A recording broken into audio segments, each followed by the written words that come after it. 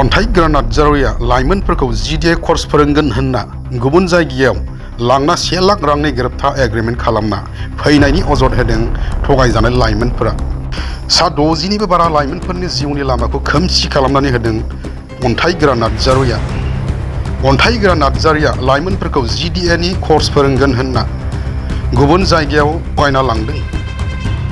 थगायजानाय लाइमोनफोरा गावसोरनि खुगाजों रोखा फोरमायबाय अन्थाइगोरा नार्जारिया गावनि माखासे लोगोफोरखौ लाना चिरांनि काजलगावआव GDA इन्स्टिटिउसन खुलिदों। खुलिफ्लाना नंखाय फोरोंथाय होदों। सासेबो फोरोंगिरि गैया, गावसोरनो फोरोंगिरि जादों। अन्थाइगोरा नार्जारिया OHSल' उथ्रिसारनाय। गिबि खेबनि फरायसाफोरखौ फार्स्ट बेच हिसाबै दिल्ली आरो गुवाहाटीआव लाना थांना गोदाव सोराव खालामदों अन्थाइगोरा नार्जारिया। गुवाहाटीआव लाइमोनफोरखौ फोरोंथाय होगोन होनना 1 लाख रांनि गोरोबथा एबा एग्रीमेंट खालामना फैनायनि अजद होदों लाइमोनफोरा। लाइमोनफोरनिफ्राय थगायना रां जादों अन्थाइगोरा नार्जारिया। जोङो दा बेयाव जयै फार्स्ट बेच सेकेन्ड बेचनि ज' जानानै जोङो फैदों। जोङो गासैबो बेयाव काजलगावआव मोनसे इनस्टिट्यूट गोदान ओंखारदोंमोन नालाय, बेयावहाय जोङो कर्स लानो होननानै जोङो फैदोंमोन GDA course। इसिंदाननोगोर हादोरना सामथिं बिदिमोन। ओमफ्राय बेयावहाय जोङो फैदोंमोन। ओमफ्राय नोंसोर माला लाफैनायमोन एडमिसनखौ? जोङो 2024 आगस्टआव लाफैदोंमोन एडमिसनखौ। बेसेबां मान्थनि कर्स सोलिया? 6 months होन्दोंमोन, नाथाय जों 6 months लानो मोनाखै। only 4 months जोंखौ फोरोंनाय जादों आरो बिसोरो। आरो गावसोरनो बिसोर टिचार्स जादों। गावसोरनो सानैमोन बिसोरो, सासेया प्रेक्टिकल लादों आरो सासेया थिउरिखौ लादों आरो उइदाउट बुक्स बिसोरो जोंखौ फोरोंदों। गावसोरनो मोनसे माबा नट्स खालामनानै बिसोर जोंखौ फोरोंदों आरो बिसोरो जिबायदि फोरोंदों जोंखौ बेयाव फोरोंनायजों होजों फोरोंनायजों जेबो बिदि नङा, मिलायजोबा आरो। अन्थाइगोरा ओमफ्रायो थेंग्लुं जोंखौ 1 month थानानैहाय नोंसोरो 1 month हम केयाराव मावदो, हम केयारनिफ्राय नोंसोरखौ हस्पिटालाव डाइरेक्ट सोस'नो बिदि होन्दोंमोन। नाथाय बियो जोंखौ सोस'नाखै, हस्पिटालावबो सोस'नाखै आरो जोंखौ जेबो जबबो होआखै आरो ओरैनो दस्रा रुमावहाय दोनहैदों। बियो हारसाफोर थाग्रा रुमाव बयस गोजामोन, बेयाव रावबो गार्ल्सफोर गैयामोन, अनलि सासेल'मोन। बियो बिदि रुवाथि बिदिमोन खोमा, खामानि मावग्रामोन दा। बिसोरजों जोंखौ दोनहैदों। नाथाय जोंथ' बिदि हाया थानो, जोंनि ओरैथिंनि मानसिफोरा बिदि नङा बेफोरबायदि बुंदों आं। ओमफ्राय आं बेयाव थानो हानाय नङा बिदि होननानैहाय जोङो दस्रा रुमावहाय थादों आरो। जोङो साथाम जादों। जोंखौ दिल्ली नयदायाव लांदों। फैफिननाय नोंसोर? दिसेम्बराव लांदोंमोन जोंखौ, ओमफ्राय 1 month जानोसैमोन। ओमफ्राय जों फैफिनदों। बिदि गोदाव सोराव जाहैनायखाय जोङो खामानि मावा मा मावा बोरै बिदि थाबाय थानो, जोंनावथ' बिदिनो थाबाय थानानै जानो हायाना, बेखायनो जोङो फैफिनदों। 10थायाव जोङो ट्रेन गाखोनानै सानैजों फैफिनदों, ट्रेनजोंसो। मालाय जायगायाव बिदि थाबाय थानो हाया, हारसाफोर रावखौबो फोथायनो हाया, मालानि समाव मा जागोन जों जेबो बुंनो हायाना, बेखायनो जों फैफिनबाय आरो। जों बिदि गोदाव सोराव जाहैबाय, नेक्स्ट टाइमाव रावखौबो दालांथोंसै आरो, रावबो बिदि दाजाथों आरो बे इनस्टिटिउटखौ बन्द' खालामजानो जों लुबैयो। क्लास खालामनानै सोरबाबा मोसौ फाननानै थांदों, सोरबाबा हाजिरा खामला मावनानै सोरनिबा बिमा बिफाया हरदों, बेफोरबायदि थगायनो नाङा आरो। बिसोरनो गावसोरनो फोरोंगिरि जादों। जों थगायजानाया गुवाहाटीयाव 13, ओमफ्राय जों 4 गुवाहाटीयाव 15 जन आरो। जोब्बाय? औ, गासैबो न'आव फैजोब्बाय। कर्स लानाया मानो बेफोरबायदि इलिगेल जाखो होननानै जोङो जाय बे हम केयारनि बिगोमा हस्टेल दोनोना, बेवहाय जोङो ज' दावराव खालामलायबाय आरो, रायज्लायलायबाय। खिन्थु रायज्लायनायाव मोजां रायज्लायाखै, ओरैबायदि बुंदों आरोना, नोंसिनि अन्थाइगोरा सारा आंनिफ्राय 1 लाख थाखा लांबाय, आं नोंसोरखौ मारै हगारनो, बेफोरबायदि खोथा बुंबाय आरोना। जाय एजेन्ट हम केयार बिगोमाया बिदि होनबाय। बेनिफ्राय जुदि नोंसोरो न'आव थांनो गोसोबा फैसा होनानै थां, नङाब्ला आं हगारा, बेफोरबायदि खोथा बुंबाय। आरो बुहुत हस्टेलावनो हाबफैजोबनानै ओरैबायदि दावराव खालामदों आरोना बिसोरो। फाननाय बायदियानो जाहैबाय। आंबो पेसेन्टनि बिगोमानियाव थांबायमोन आरो, थांनानै खुनुरुखुमसो बारग'नाय बिदि जादों आरो। आरोबाव दाना नोंसोर बिदि कर्स लानानै आंबो फैदोंमोन आरोना, बेवहाय बे इनस्टिटिउटआवहाय मोनसे इउटुब भिडिअ होदोंमोन आरोना। बे भिडिअखौ नुनानै आं सानबाय आरो, भिडिअ होलायलायनाय माने फेकबो जानाय नङा दां बेफोरबायदि साननानै आङो बे इसिंहादोर नार्सिं इनस्टिटिउटआवहाय आङो बे अन्थाइ गोरा नार्जारिनावहाय आङो कल खालामनानैहाय आङो कन्टेक्ट खालामबाय ओमफ्राय आङो रायलायबाय आरो रायलायनानै बिदि बहुद माने गोदै माने बिजनेसावहाय जेरै माबा खालामो होनबा माने सासे मानसिखौहाय जेरैबायदि फुस्लायनानैहाय गावनियावहाय माबोरै लांनो हागोन बेफोरबायदि माबायोना बेफोरबायदि माने खोथा बुंनानैहाय दिनैहाय गावनि नार्सिं इनस्टिटिउटआवहाय स्टुडेन्टसफोरखौ साबसे बुजाय माने लाबोनो हागोन बा बेफोरबायदि खालामनानै माने बुजायनानैहाय बियो गावनि इनस्टिटिउटआवहाय नार्सिंआवहाय जइन खालामनानै होबाय आरोना ओमफ्राय दाना स' जोंबो माने ट्रास्ट खालामबाय आरोना बिदि बुंबाय मोजां माने स' प्लेसमेन्ट 6 month course होनदों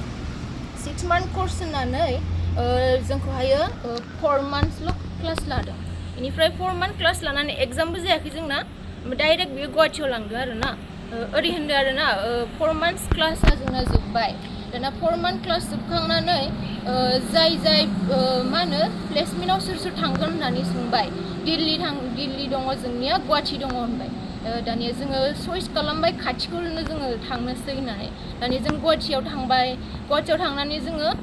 ओरैबायदि प्रब्लेम जाहैदों आरोना माने मा होनो पेसेन्टआव जायोबा पेसेन्टआव दोनहैयो आरोना पेसेन्टआव दोननाया माने बयसबो जाहैयो आरोना जों हिन्जाव मानसियाथ' जेनेबा बे बयस पेसेन्टखौहाय जों मारै हम केयारजों मारै माने केयार खालामगोन बेफोरबायदि आरोना ओमफ्राय माने आरो हस्टेलाव लांनानै ओरैबायदि जादों माने जोंखौहाय मानो बेफोरबायदि दोनफैखो जोंथ' कर्स लादों क्लास लानाया जोंना मानो बेफोरबायदि जाखो जेनेबा क्लास लानाय हिसाबै जों बेवहाय इनस्टिटिउटआवथ' जोङो सेलेन होनो मोन्दों जेरै केनिउला ओमफ्राय दिनै नार्सिंआवहाय जे खामानि दंना बेखौहाय दिनैहाय बिसोरो माने फोरोंदों आरोना खिन्थु फोरोंनाय मथेयै खामानिया जोंना बेलेग जाहैदों ओमफ्राय दानिया बेलेग जाहैदों आरोना माने न'आव लांनाय हिसाबै दिनैहाय मा खालामदों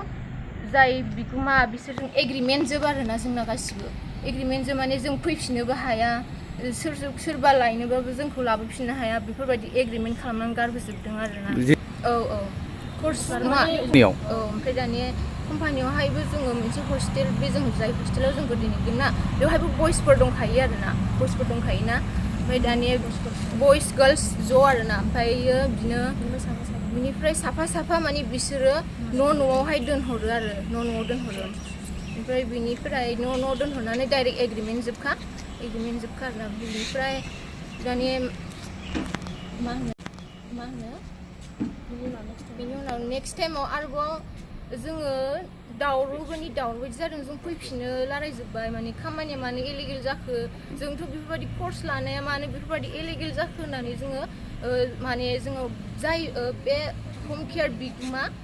केयारनि बिगोमा हस्टेल दोनोना बेवहाय जोङो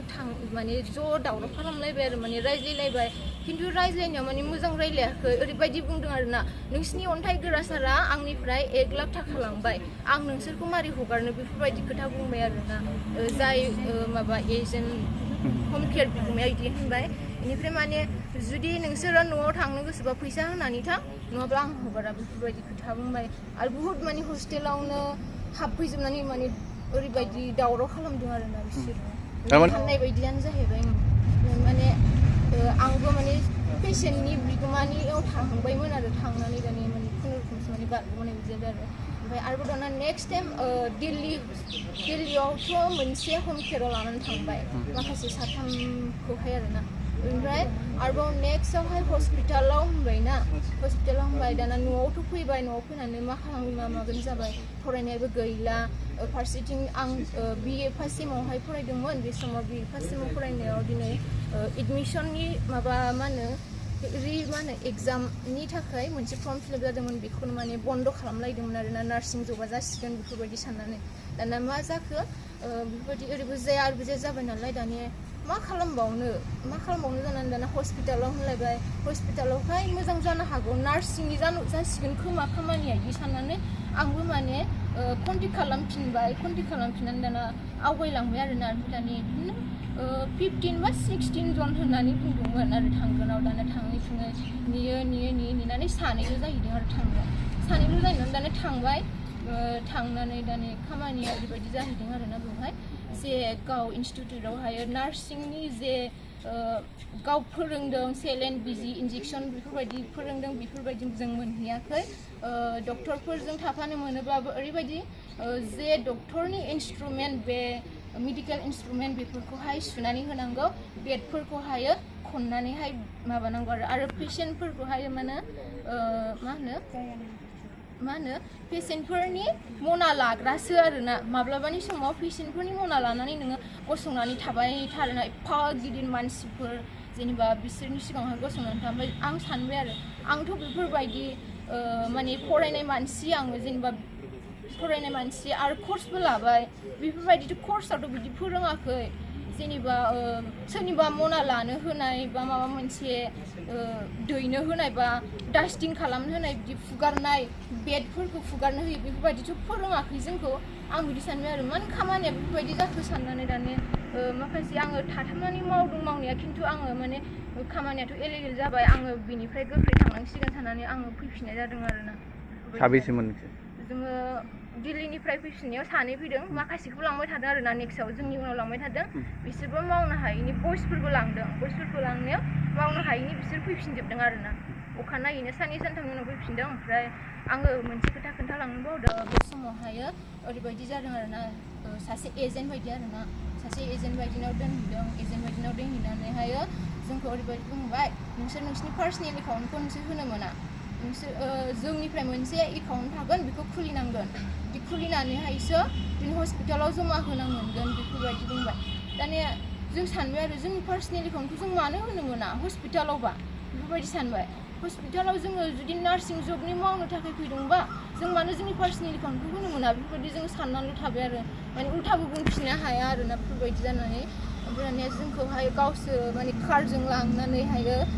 बेंक एकाउन्ट खुलिनानै होबाय गावसिनि फैसाजोंनो बेंक एकाउन्ट खुलिनानै मा खालामखो दानिया ओरै होनबाय आरोना जइन खालामनानै होनायनि रायज्लायनानै होनायनि मा होनो 8,000 फैसा बिदों अन्थाइ गोरान नार्जारिया बिदि बुंहरदों नोंसिनियावहाय जायजों आं लांनानै दोनहैदोंमोन सार दोनहैदोंमोन ना बियो नोंसिनाव 8,000 फैसा बिदों बिनो हरनांगौनो ओमफ्राय दा नोंसोरो बिनो हरनो नाङा आंनि आखायाव माने बेंक एकाउन्टाव सोनानै हर होनबाय माने जानो हागौ बियो गाव जानो थाखाय प्लेनिं खालामदोंबो जानो हागौमोन दा बुंनो हाला आरोना नेक्स्ट टाइमावथ' आङो खोनानो मोन्दों माखासे बेचफोर थांदों होनदों बिसोरखौ थगायजानाय खोनानो मोन्दों आरो ओमफ्राय दा निउसफ्रावबो नुदों हायद्राबादाव थांनाय बिदि खोनादों ओमफ्राय दा हायद्राबादाव थांनाय आरोबाव मा होनो बिमा बिफाफोर माखासे थाबोनाय बिमाफोर दंना बिसोरबो माने निउसावहाय खोनालायनाय मोन्दों आरोना सब बुंनो हाया आरो आङो बुंनो सानो आरो जाय मादैमोन बिथांमोना जेरै अन्थाइ गोरान नार्जारि सारजों थानानैहाय बुंदों नोंथांमोनहा जानो हागौ सोरनिबा फान्दायनायावहाय दिनै नोंसोरो सोरनिबा खोथा लानानै बेफोरबायदि चइस खालामदों माने बुंदों जानो हागौ खिन्थु नोंसोरो खोथाखौ साना हसिया नोंसोर बिदि बुंनो नाङा आरोना मादैमोन स' सिङावबो मा जानाय नोंसोरथ' मिन्थियाखै थांनानै नुहैयाखै दिनै हायद्राबाद बायदियाव दिल्लीयाव थांनानै नोंसोर नुहैयाखै मादैमोन बेनिखायनो आङो रिकुवेस्ट खालामो आरोना खोथाखौ साना हसिया बिदि बुंनो नाङा आरो जायबा दा हायद्राबादाव आगैमोन दङ बिथांमोनहाबो एसे सानै हनै माव आरोना बिथांमोना दिनैहाय नार्सिं इनस्टिटिउटआवहाय फैबाय नार्सिं इनस्टिटिउटआव फैनानै बिथांमोनहा जुदि नार्सनि नोंसोरो सेलाइन इन्जेक्सननि लादोंबा दिनै हाउस किपिंनि खामानिखौ मानो मावहैनांगौ बेखौहाय आंनो फिननाय नांगौ आरोना जुदि हाउस किपिंनि खामानियाथ' फायखाना सुनाय टयलेट सुनाय बेफोरबायदि खामानि आरोना दिनै सासे बर' बिमाया गावनि फिसाखौ जुदि मोखाङावनो नुनायमोनब्ला मा सानगौमोन आंनि फिसाया नार्सिं लादोंमोन नाथाय मानो टयलेट सुफैग्रा जाखो बेफोरबायदिथ' माने मोनसे सानगोन आरोना जुदि खामानिखौ नुयोब्ला बेनिखायनो खोथाखौ सानै हनै बुं सोरनिबा बुंनायाव बा फिसानि बुंनायावबो माने फोथायनो नाङा आरोना मानो होनबा फिसायाबो जानो हागौ सोरनिबा खोथा फान्दायनायाव बा बुंनायावहाय दिनै बे गथ'आ खोथा लानानै दिनै बिमानो बे गावनि प्रब्लेमखौ खोन्थायाखै जानो हागौ आरोना ओमफ्राय आं सानो आरोना नेक्स्टआवहाय जाहाथे जायबो जों बर' गथ' लाइमोन सिख्लाफ्रा बेफोरबायदि माने दा थगायजाथों होननानै आं सानो आरोना फरायनायफोरखौ माने बिथांमोना सोरबा आं खोनादों बिथांमोना फार्स्ट इयार बा मेट्रिक पासल' जानानैहाय थांदों बेफोरबायदि आं खोनादों आरोना जाहाथे बेफोरबायदि फरायनायखौ गारनानै दाथां मानो होनबा जोङो इयुन लाइफआवहाय गोबांथार गाबनांगौ जागोन आरोना जों बे फरायफुनाय टाइमखौहाय जोङो जुदि गारोबा जोंनि लाइफआव माने फस्थायनाया सफैगोन आरो गाबनानै आगोर मोनो बेफोरबायदि सम सफैनो हागौ बे खावलायो दा जाखांफुनाय लाइमोन आगैमोन फंबाय बिनानावमोन नोंथांमोना बेफोरबायदि माने दाजाथों होननानै आं सानो आरोना बेफोरबायदि कर्सयाथ' गावथ' थिउरियावहाय बियो 15,000 लादों 4 मान्थ्सआवनो आरोना ओमफ्राय बिनिफ्रायथ' बाखि थांलाय फैलाय गारि खरसा बा रुम थानाय मानाय गोबाङानो थांदों होनजायो आरोना जोंनियाव